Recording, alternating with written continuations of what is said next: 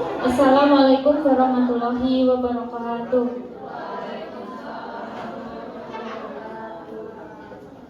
Puji syukur kehadirat Tuhan Yang Maha Esa karena kita diberi kesempatan berkumpul pada kesempatan ini. Di sini kami dari kelompok 9 ingin mempresentasikan hasil kerja kelompok kami yang berjudul Pengaruh Operating Expense to Operating Income (BOPO) dan Minimum Capital Adequacy Ratio terhadap Return on Asset ROA PT Bank Neo Commerce Tbk periode 2015 sampai 2024. Tujuan dari penelitian ini adalah untuk mengetahui hubungan antara expense dan kecukupan modal terhadap profitabilitas Bank Neo Commerce melalui return on asset. Selanjutnya perkenalkan dengan saya Revita Aryati dengan NIM 63230016. Saya Desti Ismayanti dengan NIM 63240391. Saya Septianti dengan NIM 63240055. Saya Clara Brino Mulia Nugrawati dengan NIM 63240454. Saya Diana Kamila dengan NIM 63240454. Saya Indri Puspita Martania dengan NIM 63240156.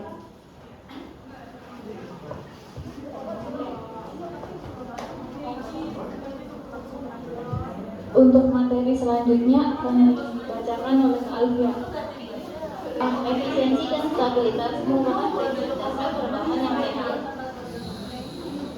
yang dapat diukur melalui rasio keuangan seperti BOPO, efisiensi operasional.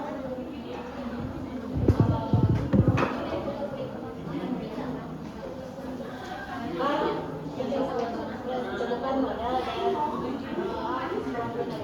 PT Bank Neo Commerce Tbk yang setelah perkembangan modal didirikan 1990 bertransformasi menjadi bank digital setelah diakuisisi oleh Aqua pada 2009 menciptakan sinergi dan memperluas pasar layanan perbankan digital bagi nasabah milenial. Penelitian ini menganalisis pengaruh BOPO dan manfaat terhadap ROA Bank Neo Commerce periode 2015. Menggunakan pendekatan kuantitatif deskriptif analisis berdasarkan laporan keuangan yang dipublikasi di BI. Mengingat masih kurangnya penelitian empiris mengenai kinerja keuangan bank digital di Indonesia. Populasi dan sampel. Populasi penilaian adalah seluruh data laporan keuangan PT Bank Neo Commerce Tbk yang terdaftar di Bursa Efek Indonesia. Sedangkan sampel penelitian berupa data series laporan keuangan publikasi PT Bank Neo Commerce Tbk selama periode 10 tahun 2015 sampai 2024 yang diambil per 31 Desember setiap tahunnya. Teknik pengumpulan data menggunakan metode dokumentasi dengan mengunduh laporan keuangan tahunan melalui website resmi perusahaan dan BI. Variabel yang diteliti meliputi BOPO dan COR sebagai variabel independen X, serta ROA sebagai variabel independen Y, yang dianalisis menggunakan regresi linear berganda dengan indeks signifikasi 5%, alfa sama dengan 0,5.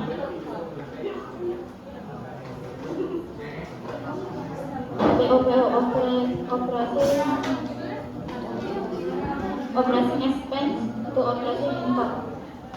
BOPO merupakan rasio efisiensi operasional yang mengukur perbandingan antara total beban operasional dengan total pendapatan operasional bank.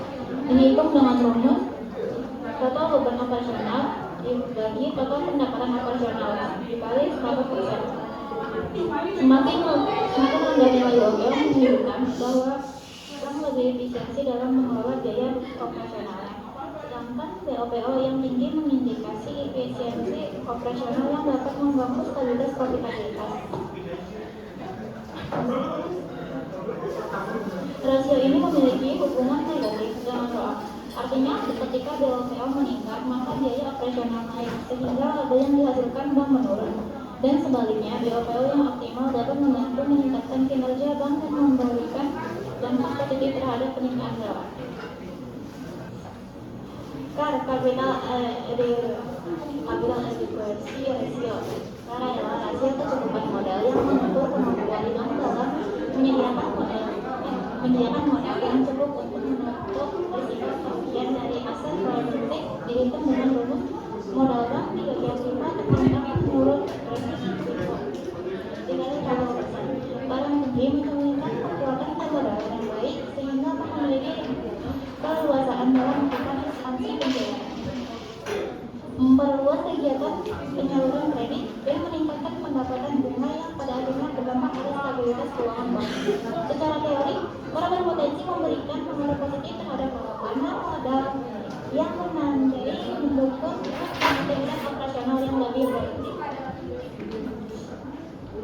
Namun, hasil penelitian menunjukkan bahwa tidak berpengaruh signifikan terhadap ROA pada PT Bank Commerce Tbk periode 2015 sampai 2020. ROA (Return on Asset). ROA merupakan rasio profitabilitas yang digunakan untuk mengukur kemampuan bank dalam menghasilkan laba bersih dengan memanfaatkan seluruh aset yang dimilikinya. Dihitung dengan rumus laba bersih atau total aset dikali 100%. ROA yang tinggi mencerminkan bahwa bank telah berhasil mengoptimalkan penggunaan asetnya untuk menghasilkan pendapatan bersih dan menunjukkan efektivitas manajemen dalam mengelola aset bank. Sedangkan ROA yang rendah mengindikasikan bahwa aset yang dimiliki tidak dimanfaatkan secara efektif. Dalam penelitian ini, ROA diletakkan sebagai indikator utama untuk mengukur kinerja profitabilitas PT Bank Neo Commerce Tbk selama periode 2015 sampai 2024 yang dipengaruhi oleh efisiensi operasional atau BOPO dan kecukupan modal atau CAP dengan kontribusi gabungan sebesar 96,7% terhadap perubahan ROA. Kerangka berpikir dalam penelitian ini menunjukkan bahwa kinerja profitabilitas perusahaan yang diukur dengan ROA dipengaruhi oleh dua variabel utama, yaitu BOPO dan CAP. BOPO menggambarkan tingkat efisiensi operasional perusahaan, sedangkan CAP mencerminkan kecukupan modal. Melalui hipotesis H1 dan H2, masing-masing variabel diuji pengaruhnya terhadap ROA, dan pada H3 diuji pengaruhnya BOPO dan CAP secara simultan terhadap ROA.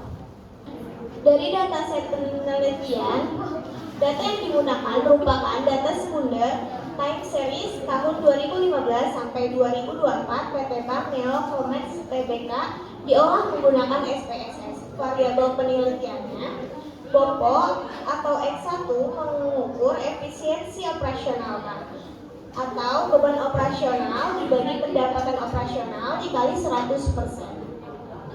CAP sebagai X2 yaitu mengukur kecukupan modal bank, yaitu modal sendiri dibagi ATMR dikali 100%. Dan ROA sebagai Y mengukur profitabilitas bank atau laba bersih dibagi total aset dikali 100%. Analisis data yang pertama ada uji asumsi klasik.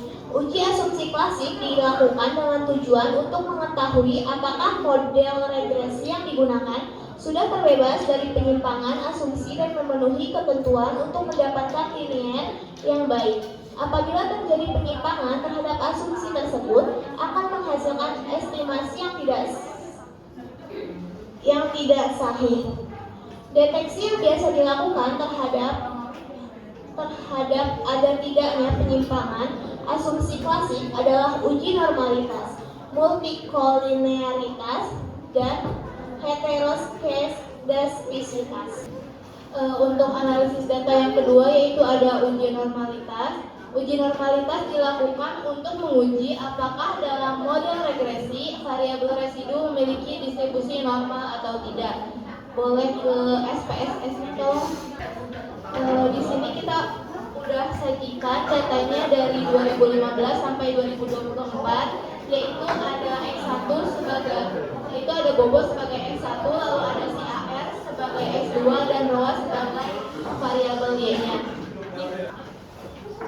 untuk metode grafik, boleh ke tolong ke SPSS-nya lagi, Febita. Boleh ke data view lalu ke analyze,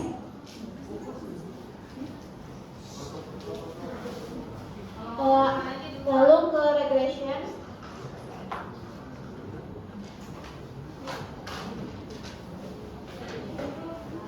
lalu klik linear,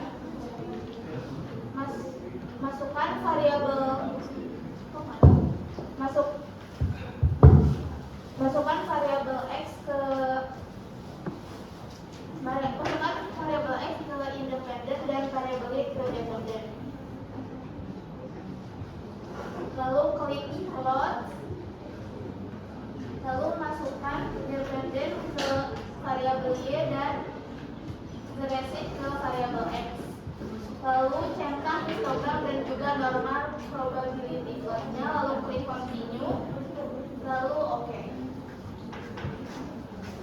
Berdasarkan histogram, residual model regresi menunjukkan pola distribusi yang mendekati normal. Hal ini terlihat dari bentuk histogram yang menyerupai kurva normal atau bell shape dengan mean residual yang sangat mendekati 0, yaitu 1,20s/15 dan standar deviasi sebesar 0,882. Dengan demikian, asumsi normalitas residual terpenuhi.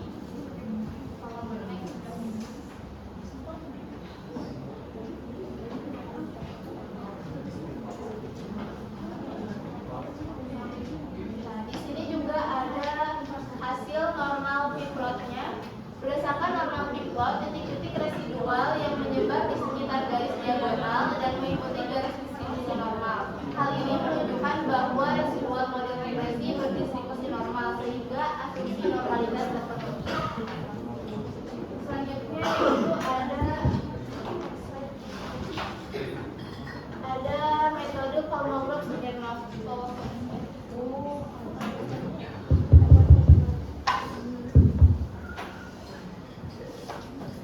Boleh klik analyze lagi, lalu regression, klik linear,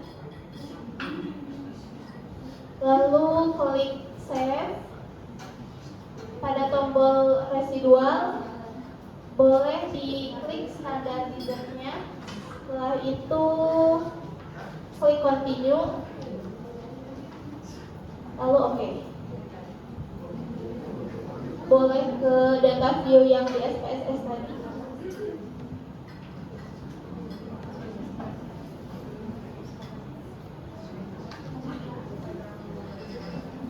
Nah, di sini sudah ada tambahan kolom 1 ya. Setelah itu kita klik analyze lagi ke non-parametric test. Lalu klik one sum. Lalu legacy lalu legacy dialog one sum all of ES. Lalu masukkan standar ke test variable list. Lalu klik OK.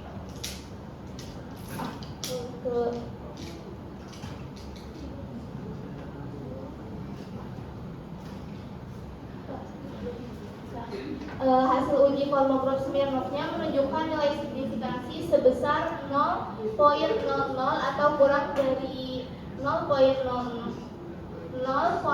yang mengidentifikasikan data tidak berdistribusi normal secara statistik. Namun, mengingat sampel yang kecil yaitu hanya 10 tahun dan uji Kolmogorov-Smirnov yang sangat sensitif untuk sampel kecil, dilakukan konfirmasi dengan analisis grafik histogram dan normal P-plot yang menunjukkan pola distribusi normal. Oleh karena itu, dengan pertimbangan sampel kecil, asumsi normalitas dapat diterima untuk analisis selanjutnya. Lalu di sini ada uji multikolinearitas. Model regresi yang baik seharusnya tidak terjadi korelasi di antara variabel bebas atau tidak terjadi multikolinearitas. Dasar pengambilan keputusan diambil dapat dengan cara melihat nilai toleransi tidak terjadi multikolinearitas. Jika nilai toleransi lebih besar 0,10 terjadi multikolinearitas. Jika nilai toleransi lebih kecil atau sama dengan 0,10. Boleh kita tulis. Di sini kita klik analyze, lalu regression, linear, statistik, centang estimate, model fit, part and partial correlation, collinearity, diagnostic, continue, lalu oke.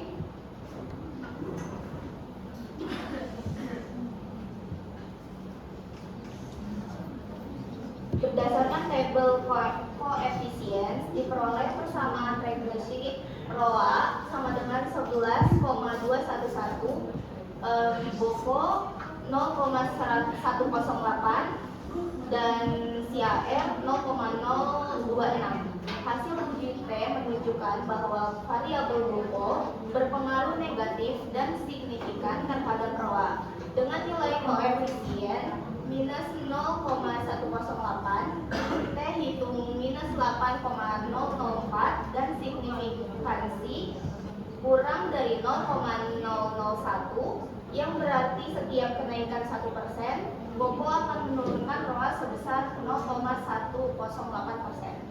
Sementara itu variabel CAR tidak berpengaruh signifikan terhadap ROA dengan nilai koefisiensi minus 0,026, T hitung minus 0,559 dan signifikansi 0,594.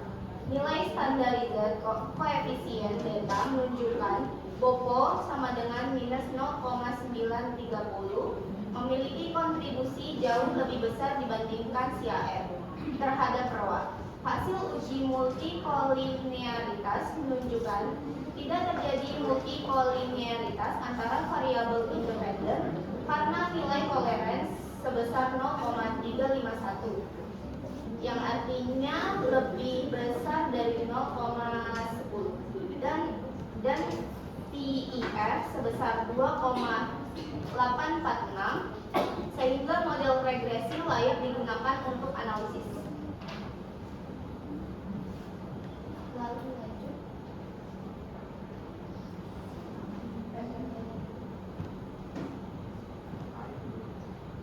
Yang keempat, di sini kita ada uji heteroskedastisitas.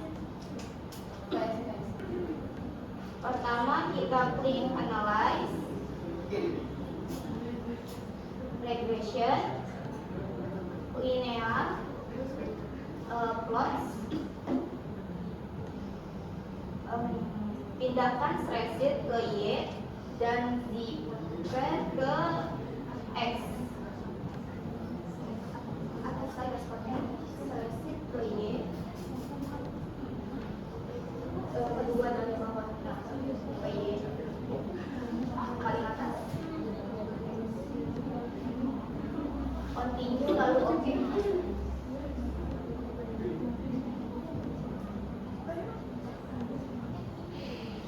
Scatter plot antara regression standardized, prediksi value regression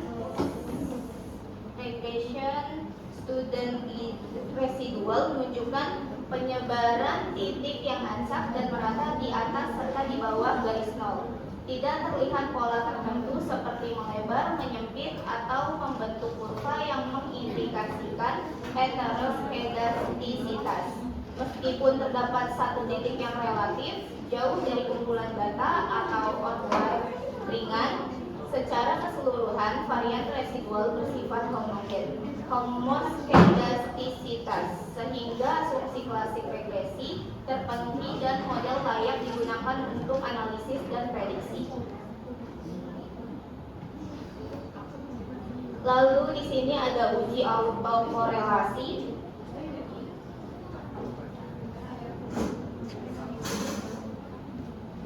Pertama kita klik analyze, regression, linear, statistik, centang estimate, model fit, Darwin-Watson, continue lalu oke.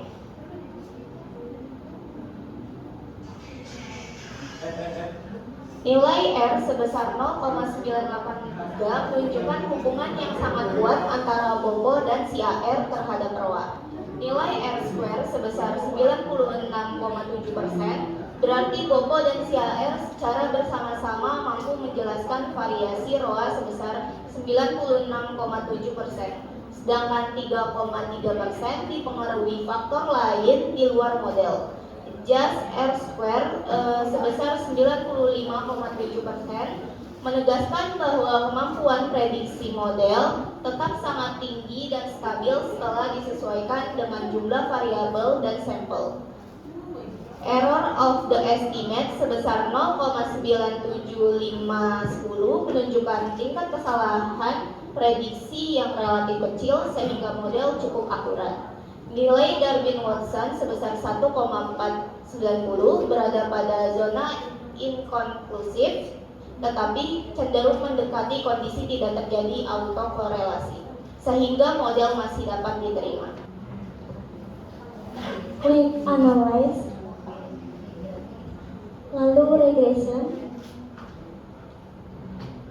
linear, statistik,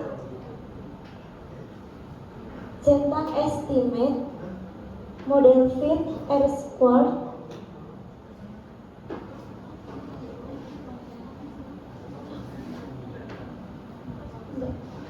continue lalu oke. Hasil analisis regresi berganda menunjukkan bahwa model yang menggunakan variabel Bobo X1 dan CAR X2 untuk memprediksi ROA-Y adalah sangat kuat dan signifikan dari tabel model Sumari. Nilai R square koefisien determinasi adalah 0,967 yang berarti 96,7% dari variabel-variabel ROA-Y dapat dijelaskan oleh variasi kedua variabel prediktor Bobo X1 dan CAR X2. Menyisakan 3,3% dijelaskan oleh faktor lain. Selain itu, nilai adjust R square adalah 0,957. Sementara itu, hasil ANOVA mengkonfirmasi kelayakan model secara keseluruhan dengan nilai F hitung sebesar 101,861 dan tingkat signifikansi P kurang dari 0,001 yang menunjukkan bahwa kedua variabel independen secara simultan bersama-sama berpengaruh signifikan terhadap ROA-Y. Uji parsial T hasil analisis regresi berganda menunjukkan bahwa dengan variabel dependen ROA-Y terdapat dua prediktor Bobo X1 dan CAR X2. Koefisien unstandardized B untuk Bobo X1 adalah minus 0,108 dengan nilai signifikansi P kurang dari 0,001 dan nilai T minus 8,004 yang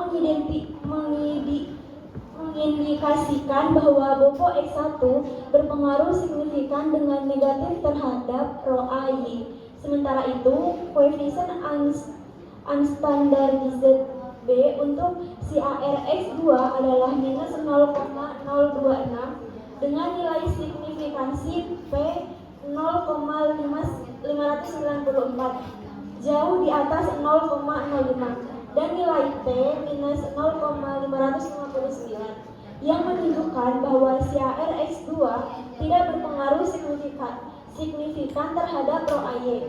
Konstanta model memiliki nilai 11,211 dan signifikan secara statistik P kurang dari 0,001. Uji simultan F. Tabel ANOVA menunjukkan hasil uji signifikansi model regresi secara keseluruhan dengan variabel dependen rho AY dan prediktor CAR X2 serta BOPO X1. Nilai F hitung yang diperoleh adalah 101,861 dengan derajat kebebasan DF sebesar 2 untuk regresi dan 7 untuk residual. Nilai signifikansi model secara keseluruhan adalah kurang dari 0,001, yang mana jauh lebih kecil dari tingkat signifikansi umum 0,05. Hal ini menunjukkan bahwa model regresi yang melibatkan variabel BOPO X1 dan CAR X2 secara simultan bersama-sama adalah signifikan atau layak untuk memprediksi variabel rho AY. Kesimpulan dari penelitian kami, berdasarkan hasil analisis data, uji asumsi klasik dan regresi linear berganda pada variabel BOPO, CAR dan ROA di PT Bank Newcomers Tbk selama periode 2015 sampai 2024, maka kesimpulan yang dapat diambil: 1. BOPO berpengaruh negatif dan signifikan terhadap ROA. 2. Artinya, ketika BOPO meningkat, biaya operasional juga naik, sehingga laba yang dihasilkan bank menurun. Hal ini menunjukkan bahwa BNC perlu menjaga efisiensi operasional agar kinerjanya tetap baik. 3. CAR tidak berpengaruh signifikan terhadap ROA. 4. Meski CAR menunjukkan perbuatan permodalan bank, namun perubahan CAR tidak berhubung langsung dengan naik turunnya ROA. Dengan kata lain, modal yang besar belum tentu langsung membuat bank lebih menguntungkan. 5. BOPO dan CAR bersama-sama berpengaruh signifikan terhadap ROA. 6. Hasil uji F membuktikan bahwa kedua variabel secara simultan mampu menjelaskan perubahan ROA dengan kontribusi sekitar 96,7%. Ini berarti efisiensi biaya dan permodalan tetap penting ketika dinilai secara keseluruhan. 7. ROA BNC mengalami fluktuasi dan terpengaruh oleh proses transformasi digital. 8. Adanya perubahan seperti akuisisi, investasi teknologi, dan peralihan menjadi bank digital membuat profitabilitas BNC naik turun, terutama pada awal perubahan tersebut. Untuk materi dari kelompok kami sudah selesai. Apakah ada yang ingin bertanya? Tidak, Kak. Terima kasih atas perhatian teman-teman semua. Semoga apa yang kita sampaikan dapat bermanfaat. Wassalamualaikum warahmatullahi wabarakatuh.